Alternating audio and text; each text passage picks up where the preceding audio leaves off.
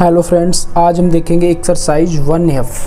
तो exercise 1F में optional question हैं, इन्हें हम देखेंगे।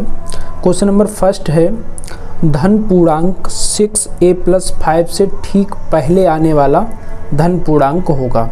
तो जो छोटी क्लासों में हमने देखा था कि जो ठीक पहले या ठीक बाद में आने वाला, तो ठीक पहले का मतलब होता है अगर कोई संख्या मान लो 8 है, तो अगर हम इससे ठीक पहले की बात करें तो कितना होगा, 7 होगा। ठीक बाद में कहेंगे तो कितना होगा, 9 होगा। तो 8 से 1 पहले, इसका मतलब जो संख्या है उसमें से अगर हम 1 घटा देंगे तो उससे पहले वाली संख्या आ जाएगी, और 1 जोड़ देंगे तो उसके ठीक बाद वाली आ जाएगी। तो इसका मतलब 8 - 1 कितना आ गया, ठीक बाद में 7 आ गया। ठीक पहले कितना आ जाएगा, 7, और ठीक बाद में करेंगे तो 1 जोड़ देंगे तो कितना हो जाएगा, 9। तो इसी तरह से हम इस क्वेश्चन को देखेंगे 6a + 5 से ठीक पहले। तो 6a + 5, इसमें से क्या करेंगे, 1 माइनस कर देंगे तो ठीक पहले आने वाला पूर्णांक हमें पता चल जाएगा। तो इसे सॉल्व करेंगे, 6a + 5 - 1, तो ये 5 में से 1 जाएगा, कितना आ जाएगा, 4। तो ये जाएगा 6a + 4। तो मेरा आंसर कितना हो जाएगा, ये दूसरा वाला सही हो जाएगा, 6a + 4। दूसरा क्वेश्चन है, कह रहा है कि अपरमेय संख्या है। तो 22/7, 22/7 अपरमेय संख्या किसे कहते हैं, जिसे हम p/q की फॉर्म में नहीं लिख सकते। तो 22/7 तो p/q की फॉर्म में लिख सकते हैं, और p और q दोनों कैसे होने चाहिए, पूर्णांक होने चाहिए। तो 22/7 मेरी कई संख्या हो गई, पूर्णांक हो गई, और पाई मेरी कई संख्या होती है, अपरमेय होती है, हमें याद है। तो इसे सारा करने की ज़रूरत भी नहीं है, जो याद हो अगर वो मिल जाए आंसर में तो वही लगा दो। तो इसमें दूसरा आंसर सही हो जाएगा, पाई। इसे देखेंगे तो ये हटाएंगे तो नीचे से भी परमेय संख्या में लिख सकते हैं, और इसे 5 और √16 का मतलब होता है इसका वर्गमूल कितना हो जाएगा, 4। तो ये भी कैसी हो जाएगी, परमेय संख्या। तो आंसर कौन सा होगा मेरा, पाई, सेकेंड। तीसरा क्वेश्चन है, कह रहा है कि संख्या 4√3 है, पूर्णांक, परमेय, अपरमेय, नन ऑफ दीज। मतलब कि 4√3 कई संख्या है। तो देखो 4 तो मेरी परमेय है, लेकिन इसमें गुणा किसका हो गया, अपरमेय संख्या का। तो अगर परमेय और अपरमेय का गुणा करते हैं तो हमेशा क्या आता है, अपरमेय आता है। दो संख्याओं को अगर एक परमेय संख्या और एक अपरमेय संख्या है तो गुणा करेंगे तो क्या आएगा, अपरमेय संख्या। या एक परमेय संख्या दूसरी अपरमेय संख्या जोड़ेंगे तो भी क्या आएगा, अपरमेय। तो इसलिए हमारा ये आंसर कौन सा हो जाएगा इसमें, अपरमेय। क्वेश्चन नंबर 4 है, कह रहा है कि निम्नलिखित संख्याओं में से परमेय संख्या होगी √5। तो अंडर रूट में अगर कोई संख्या उसका वर्गमूल ना मिले तो वो क्या होती है, अपरमेय संख्या। तो ये कैसी हो जाएगी, अपरमेय संख्या। √1 का कितना होता है, 1 होता है, तो ये कैसी हो जाएगी, परमेय संख्या। तो यही मेरा आंसर हो जाएगी, कैसी संख्या हो गई, परमेय संख्या। इसे भी सॉल्व करोगे, इसे भी करोगे तो ये भी अपरमेय संख्याएं हैं। तो मेरा आंसर क्या हो जाएगा, सेकेंड। 5वां क्वेश्चन देखेंगे, कह रहा है कि निम्नलिखित संख्याओं में परमेय संख्या है।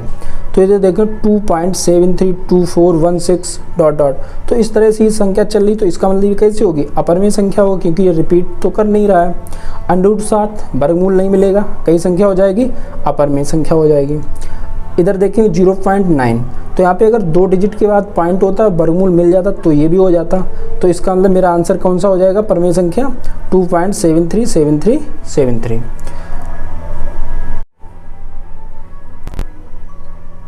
क्वेश्चन नंबर 6 है, कह रहा है किसी पूर्णांक m के लिए प्रत्येक समपूर्णांक निम्नलिखित रूप का होता है। तो समपूर्णांक क्या होता है, 2, 4, 6, तो ये सम संख्याएं होती हैं, ठीक है, इन्हें कहते हैं समपूर्णांक। तो m मेरा कैसा होगा, m बराबर अगर मान लें 1 रखेंगे, 2 रखेंगे, 3 रखेंगे तो ये कैसी संख्या हो जाएगी, ये भी नहीं क्लियर होगी। m + 1 अगर मान लो a बराबर मान लेते हैं m, तो अगर m की जगह आप 1 रखेंगे तो 1 आ जाएगा, 2 रखेंगे तो 2 आ जाएगा, मतलब ये मेरा नहीं होगा। m + 1 रखोगे अगर तो अगर 1 रखोगे तो 1 + 1 2 हो जाएगा, 2 + 1 3 हो जाएगा, तो ये भी नहीं होगा। तो हमेशा जो समपूर्णांक होता है उसका रूप होता है 2m प्रकार का। कैसा होता है, 2m प्रकार का। तो मेरा आंसर क्या हो जाएगा, सेकेंड। क्वेश्चन नंबर 7 है, कह रहा है कि किसी पूर्णांक q के लिए प्रत्येक विषम पूर्णांक निम्नलिखित रूप का होता है। तो विषम पूर्णांक भी हमेशा क्या होता है 2m+1 रूप का, और सम पूर्णांक होता है 2m रूप का। ये तो याद रखो चाहे तो यहाँ 2m+1 या q है तो यहाँ क्या हो जाएगा 2q+1। तो इसे अगर चेक करना चाहो तो मान लो a बराबर हमने मान लिया 2q+1। तो अगर यहाँ पे मान लो q की वैल्यू रखें 0, 1, 2, 3, 4, 5 इस तरह से रखेंगे, तो यहाँ पे 1 रखेंगे तो 0 पहले तो 0 हो जाएगा, दूसरे में 2 1 2 और 1 3 हो जाएगा। फिर रखेंगे कितना 2 रखेंगे तो 2 दूनी 4 1 5 हो जाएगा, 0 रखेंगे तो 1 हो जाएगा। तो इस तरह से ये मेरा क्या हो जाएगा 2q+1 जो है वो कैसा होता है विषम पूर्णांक।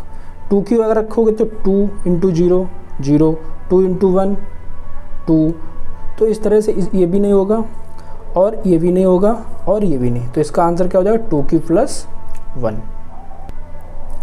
8वां क्वेश्चन है, कह रहा है कि संख्या n² - 1 8 से विभाज्य होती है यदि n है 1। तो n क्या होगा, अगर मान लो n² - 1 जो है वो 8 से क्या हो जाएगा विभाज्य हो जाएगा। तो यहाँ पे हम क्या करेंगे एक एक करके देखेंगे क्या आएगा। अगर यहाँ पे 0 लिखोगे तो 0 - 1 -1 आएगा। अगर 1 लोगे तो 1 - 1 0/8 आएगा। अगर 2 ले लोगे तो 2 दूनी 4 - 1 तो 3/8 हो जाएगा, बटे में 8 तो कितना हो जाएगा 0/8। ये कितना हो जाएगा 3/8। ये विभाज्य नहीं हुआ है। अगर हमने मान लो 3 ले लिया तो 3 का स्क्वायर -1/8, तो यहाँ कितना हो जाएगा 3 त्रिका 9 - 1 तो 8/8। तो मेरा विभाज्य हो जाएगा 8 एकन 8। तो हमने n की जगह क्या लिया है बोलो 3। 3 कई संख्या है मेरी विषम संख्या है, तो मेरा आंसर क्या हो जाएगा इसमें विषम संख्या। 9वां क्वेश्चन कह रहा है कि यदि 65 और 117 के HCF को 65m - 117 के रूप में व्यक्त किया जा सके तो m का मान है। तो इसे हम कैसे करेंगे, देखो 65 और 117 का पहले HCF निकालेंगे। तो 65 के अगर हम फैक्टर करेंगे तो कितना हो जाएगा 13 × 5 = 65। तो यहाँ लिख देंगे 5 × 13। 117 के अगर फैक्टर करेंगे तो ये हो जाएंगे 9 को लिख दें 3 × 9 × 13, 13 निम्मा 117। तो HCF क्या होता है जो दोनों में कॉमन होता है। देखो दोनों में कितना कॉमन हो जाएगा 13 हो जाएगा। तो इसका जो HCF है या मासा है वो कितना आ जाएगा 13 आ जाएगा। तो वो है किस रूप में, इस रूप में, मतलब HCF जो है वो इतने के बराबर है। तो इसके बराबर कर देंगे। कितने के बराबर है नीचे लिख देंगे चूँकि या प्रश्नानुसार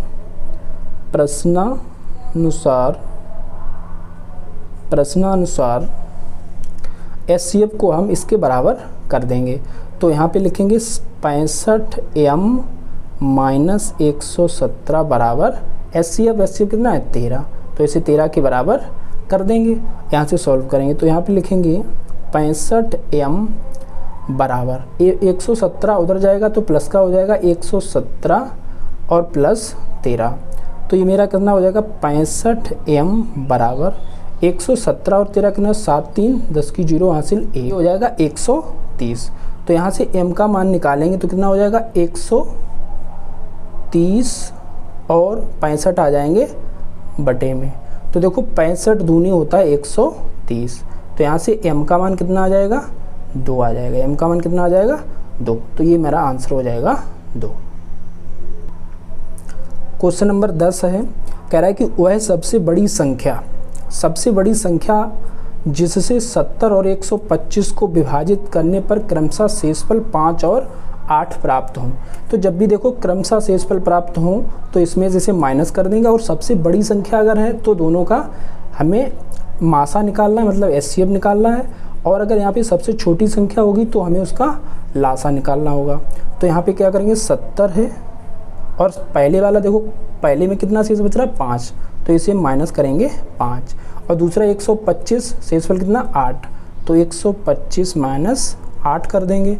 तो देखो 70 माइनस 5 करेंगे कितना आएगा 65, और 125 माइनस 8 करेंगे तो कितना आ जाएगा 117 आ जाएगा। तो इसका हमें क्या निकालना HCF निकालना। तो दोनों को फैक्टर करो 65 का 13 पंचे 65 और 117 का करेंगे तो कितना हो जाएगा 3 3 9 इंटू 13, 13 निम्मा 117। तो यहाँ से HCF क्या होता है, जो दोनों में कॉमन होता है। तो दोनों में कितना कॉमन है, 13 कॉमन है। तो यहाँ से HCF कितना आ जाएगा, 13। तो इसका आंसर कितना हो जाएगा, 13 हो जाएगा। इसका आंसर कितना हो जाएगा, 13। पहला ऑप्शन ही है कितना, 13। तो इसका आंसर पहला सही हो जाएगा। 11वां क्वेश्चन है, कह रहा है कि यदि दो धनात्मक पूर्णांक a और b हैं और a बराबर है x³ बाई की पावर 2 और b बराबर है x बाई की पावर 3 के रूप में व्यक्त किया जाए, जहां x और y कैसी हैं, अभाज्य संख्याएं हैं, तो HCF हमें बताना है a और b का। तो HCF करने के लिए क्या करेंगे, सबसे पहले इनका फैक्टर करेंगे। फैक्टर कैसे करते हैं, x की पावर 3 है तो x का 3 बार गुणा करेंगे, x गुणा x गुणा x। y की घात 2 है तो y का 2 बार गुणा कर लेंगे। और इधर नीचे x y की घात 3, तो x एक बार है तो एक बार रखेंगे, y की घात 3 तो y का 3 बार गुणा करेंगे, y गुणा y गुणा y। और HCF में क्या होता है, जो दोनों में कॉमन हो। मान लो ये x यहाँ पे कॉमन है और ये y ये कॉमन हो गई और एक y ये कॉमन हो गई, बाद बाकी छोड़ देंगे, जो कॉमन है उसे एक बार लिखेंगे। तो x एक बार लिख लिया, ये वाली y एक बार ले ली और ये वाली y एक बार। तो मेरा जो HCF आया वो कितना आया, x और y 2 बार है तो x की पावर 1 या x लिखेंगे और y की पावर कितनी 2। तो इसका आंसर कितना हो जाएगा, XY²। सेकेंड ऑप्शन है XY²। 12वां क्वेश्चन है, कह रहा है कि ये दो धनात्मक पूर्णांकों p और q को p बराबर AV² और q बराबर AQV के रूप में व्यक्त किया जा सकता है, जहां a और b अभाज्य संख्याएं हैं, तो LCM p और q का है। मतलब हमें p और q का क्या निकालना, LCM निकालना है। तो सबसे पहले क्या करेंगे, फैक्टर करेंगे इसमें भी। तो a की पावर 1 है या अकेला a है तो ऐसे ही एक बार लिख देंगे, b की पावर 2 है तो b का 2 बार गुणा करेंगे, AQV है तो a की पावर 3 है तो a का 3 बार गुणा करेंगे, a गुणा a गुणा a, और b 1 है तो एक बार। अब क्या करना है, हमें LCM निकालना है। LCM क्या होता है, जो दोनों में कॉमन हो उसे लिखेंगे, जो दोनों में कॉमन हो उसे लिखेंगे और जो बच जाएगा उसे भी लिखेंगे।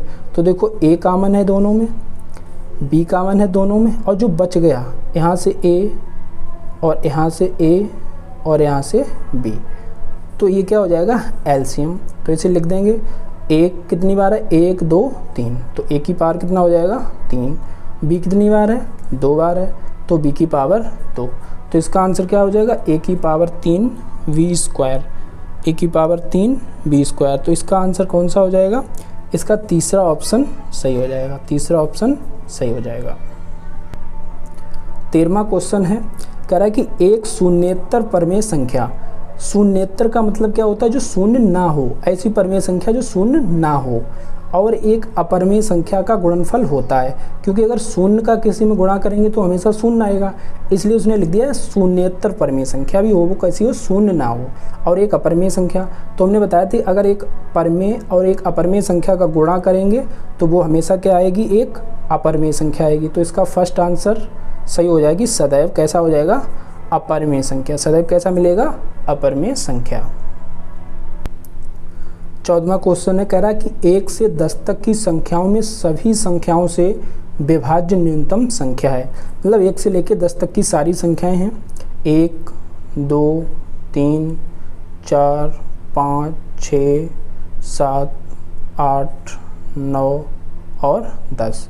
तो न्यूनतम संख्या मतलब इसका हमें क्या निकालना है, लासा निकालना है या LCM निकालना है। तो इसका लासा निकालेंगे, सबसे पहले 2 से काटेंगे तो 1 तो ऐसे ही बना रहेगा, 2 1 2, 3 ऐसा ही बनेगा, 2 दूनी 4, 5 ऐसा ही रहेगा, 2 3 6, 7 ऐसा ही रहेगा, 2 चौक 8, 9 ऐसा ही रहेगा, 2 पंचे 10।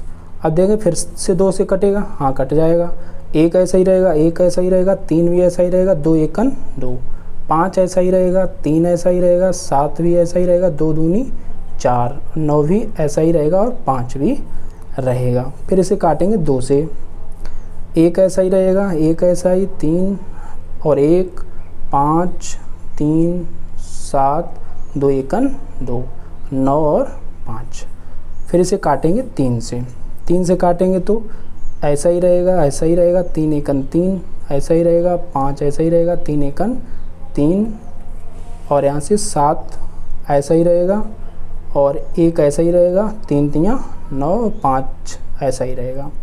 फिर इसे 3 से काटेंगे एक बार तो 1 1 1 1 5 1 7 1, 3 एकन 3 और 5। फिर इसे अगर काटेंगे तो देखो 5 से कटेगा अगला, तो 5 से काटेंगे तो 1 ऐसा ही, 1 ऐसा ही, ऐसा ही, ऐसा ही, 5 एकन 5, 1 ऐसा ही, 7 1 ऐसा ही, 1 ऐसा ही और 5 एकन 5। फिर काटेंगे तो ये किससे कट जाएगा, 7 एकन 7 और सारे क्या हो जाएंगे 1 1 1 1 1 जितने बार भी हों। तो ये मेरे एलसीएम कितना बन जाएगा इनका, अगर हम गुणा करेंगे 2 कितनी बार है 1 2 3, तो 2 की घात कितनी हो जाएगी 3 गुणा 3 की घात कितनी हो जाएगी 2 और 5 और 7।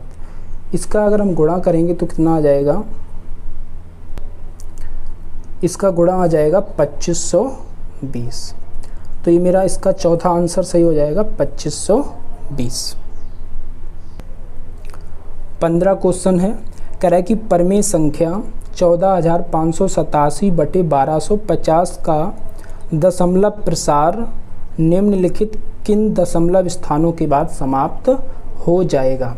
तो इस टाइप के क्वेश्चन को हम दो तरह से करते हैं, एक तो इसमें सीधा सीधा भाग लगा दीजिए, जितने दशमलव आ जाए वो आंसर हो जाएगा। दूसरा तरीका क्या था, हमने बताया था हर का क्या करेंगे, फैक्टर करेंगे। तो हम यहाँ सबसे पहले क्या करेंगे 1250 के कर लेंगे फैक्टर। तो 2 से काटेंगे तो 2 छंग 12 और 2 दूनी 4, 2 पंचे 10। फिर लास्ट में 5 है तो 5 से कटेगा, 5 एकन 5, 5 दूनी 10, 5 25। फिर 5 से काटेंगे तो 5 दूनी 10 और 5 25। फिर 5 से काटेंगे 5 25, 5 एकन 5। तो इसके जो फैक्टर है इन्हें लिखेंगे 14,587 बटे 1250 की जगह पे लिख लेंगे 2 की पावर 1 इंटू 5 की पावर कितनी है 1 2 3 4, तो यहाँ लिख देंगे 5 की पावर 4। तो हमने क्या बताया, दशमलव प्रसार लिखने के लिए जितनी 5 की पावर है उतनी हमें 2 की पावर भी बनानी है। तो यहाँ पे पावर 4 है, यहाँ पे पावर 1 है, तो इसमें कितने कमी है 3 की। तो यहाँ पे 2 की पावर 3 से क्या करेंगे गुणा, जितना हर में करेंगे उतना ही अंश में करेंगे। तो अंश और हर में दोनों में गुणा हो गया। अब देखेंगे 14,587 गुणा 2 की पावर 3 का मतलब क्या होता है 8 होता है, 2 दूनी 4 दूनी 8। और नीचे देखेंगे 2 की पावर 3 और 1 2 की पावर 1, तो 2 पे पावर कितनी हो जाएगा 4 हो जाएगा। और नीचे क्या है 5 की पावर 4। तो हमने बताया था कि अगर दोनों की घातें समान हैं तो दोनों का क्या हो जाएगा गुणा। तो यहाँ से लिखेंगे 14,587 गुणा 8 बटे, दोनों पे घात समान है तो ऐसे लिख दें 2 गुणा 5 और पूरे की घात 4। तो यहाँ से हमें पता चल जाएगा, चाहो तो गुणा करो या ना भी करो तब भी इतना ही बना रहेगा 87 गुणा 8। तो गुणा करने की यहाँ पे कोई ज़रूरत नहीं, क्योंकि ऑप्शन में हमें केवल स्थान बताने हैं। तो 5 दूनी 10 पे घात कितना हो गया 4। तो अगर 10 पे घात 4 है तो 4 अंक बाद दशमलव लगेगा। इसका मतलब मेरा आंसर कितना हो जाएगा, इसका चौथा पार्ट हो जाएगा 4 अंक बाद। तो दशमलव प्रसार कितना होगा, कहाँ पे ख़त्म होगा, दशमलव के बाद 4 स्थानों पर। तो इसका आंसर क्या हो जाएगा चौथा। इसे पूरा सॉल्व करने की भी ज़रूरत नहीं है, हमने 10 की घात जान ली। तो 10 पे घात 4 है तो 4 अंक बाद क्या आएगा दशमलव आएगा।